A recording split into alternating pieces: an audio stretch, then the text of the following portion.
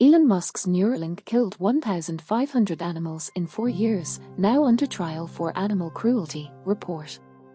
Elon Musk's Neuralink, a medical device company, is reportedly under federal investigation for potential animal welfare violations amid complaints from internal staff.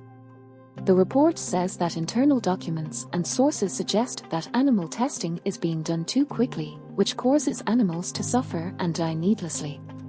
Neuralink, founded in 2016, is working on a brain implant to restore movement to the paralyzed and treat other neurological disorders. According to the report by FoxBusiness, the Animal Welfare Act, which governs the treatment and use of animals in scientific research and testing, is the primary focus of this investigation. The Animal Welfare Act was passed in 1966 to set rules for how animals used for research should be treated.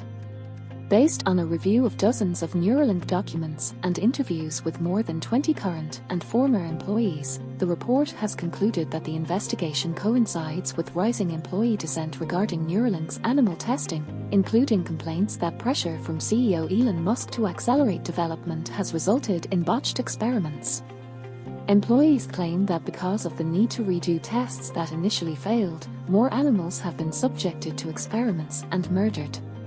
There is no set limit on the number of animals that can be used in research under US law, and scientists are given broad discretion over when and how animals can be used in tests. Records indicate that since 2018, the company has killed almost 1,500 animals, including more than 280 sheep, pigs, and monkeys. Because the company does not keep precise statistics on the number of animals tested and killed, the sources described that number as an approximate estimate.